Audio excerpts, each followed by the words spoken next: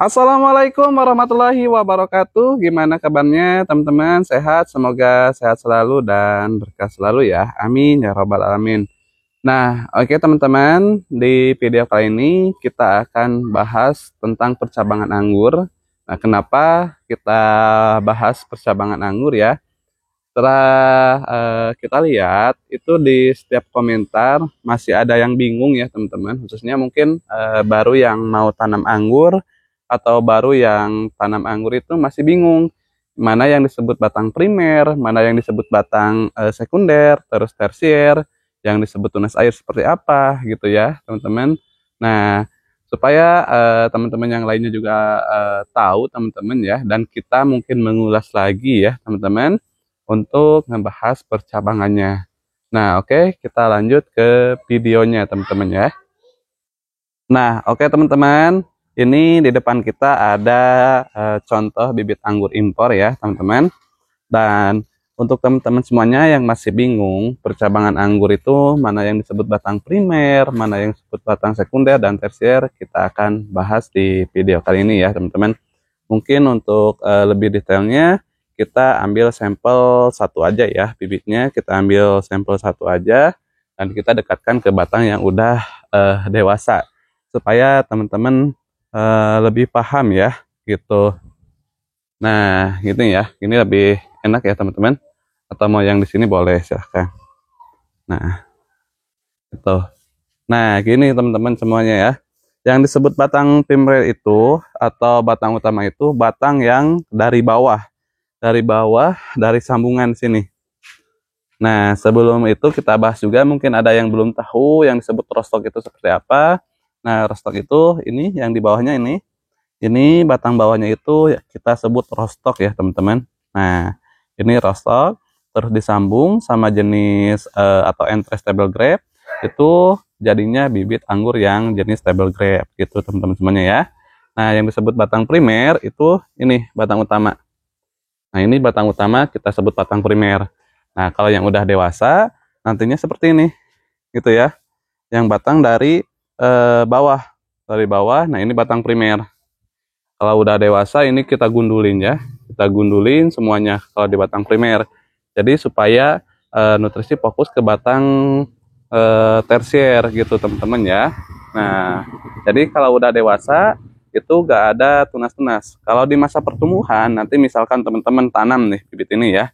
Kalau teman-teman tanam bibit ini, nanti ini di batang primer itu muncul tunas air teman-teman semuanya ya.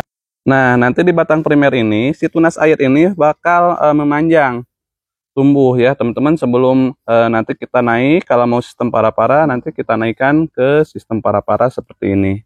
Gitu. Nah, selama di masa vegetatif atau di masa pertumbuhan, setiap tunas air yang di batang primer ini, yang di batang utama ini, itu jangan dibuang dulu teman-teman ya. Jangan dibuang dulu. Kenapa jangan dibuang dulu? Supaya nanti bisa ngebantu batang menjadi bulat, terus bisa ngebantu batang bisa memperbesar batang juga, sama nanti daunnya bisa bermanfaat untuk proses berfotosintesisnya teman-teman ya, gitu. Jadi setiap tunas air ketika kita tanam awal itu jangan ada yang dibuang ya, jangan ada yang dibuang dulu teman-teman semuanya. Melainkan kita cukup batasin aja di 4 daun ya. Misalkan ini kalau udah ditanam pasti ini akan memanjang teman-teman. Nah, ini akan memanjang, nanti kita tinggal eksebrik aja. Di 4 atau 5 daun boleh, gitu ya. 4 atau 3 tergantung ruasnya. Kalau ruasnya panjang, 3 daun juga udah cukup ya, teman-teman. Terus aja eksebrik, supaya nutrisi fokus nanti naik dulu ke atas. Kalau mau sistem para-para pembentukannya. Supaya naik dulu ke atas, seperti video yang kemarin ya. Kalau memang mau langsung dibelokkan pembentukan sekunder, nanti si cabang ini bisa langsung belokkan. Misalkan para-paranya segini ya, segini misalkan. Nah, kondisi para-paranya misalkan segini. Itu kalau udah nyampe para-para mau langsung belokin kayak gini boleh, gitu ya. Ataupun mau dipotong dulu di sini, pembentukannya mau dari bud boleh, silahkan teman-teman ya. Dua-duanya itu bisa berproduktif juga. Kalau saya pribadi, kalau pertumbuhannya bagus terus rempak, itu bisa langsung dibelokkan aja. Nggak perlu dipangkas ya. Kalau yang di video kemarin itu dipangkas karena supaya yang lainnya ngejar dulu. Nah, langkah selanjutnya ketika udah kita lakukan belokan gitu ya, teman-teman, udah dilakukan pembentukan sekunder yang disebut batang sekunder itu dari pas belokan. Nah, ini batang primer yang di bawah, yang dari belokan ke sana itu udah batang sekunder gitu, teman-teman ya. Dan selanjutnya itu kita mulai lakukan pembentukan tersier. Nah, si tersier itu supaya cepat dalam pembentukannya, teman-teman pakai aja langsung tunas air ini. Ketika udah dibelokkan seperti ini ya. Nah, kalau udah dibelokkan seperti ini, itu si tunas airnya ini pasti tumbuh lagi. Nah, ini dijadikan tersier langsung ya. Nanti akan memanjang, teman-teman ya. Dan ini langsung dijadikan tersier. Gitu, teman-teman ya. Contohnya yang udah dewasa seperti ini nih. Nah, contohnya seperti ini ya. Ini kan udah jadi sekunder belokan, teman-teman ya. Nanti si tunas airnya itu tumbuh, itu kita rawat jadikan tersier untuk cabang pembuahan gitu. Dan seperti biasa, kalau untuk meratakan tersier itu kita batasin lagi di 5 daun ya. 1, 2, 3, 4, 5 kita batasin, ataupun 6 boleh ya teman-teman.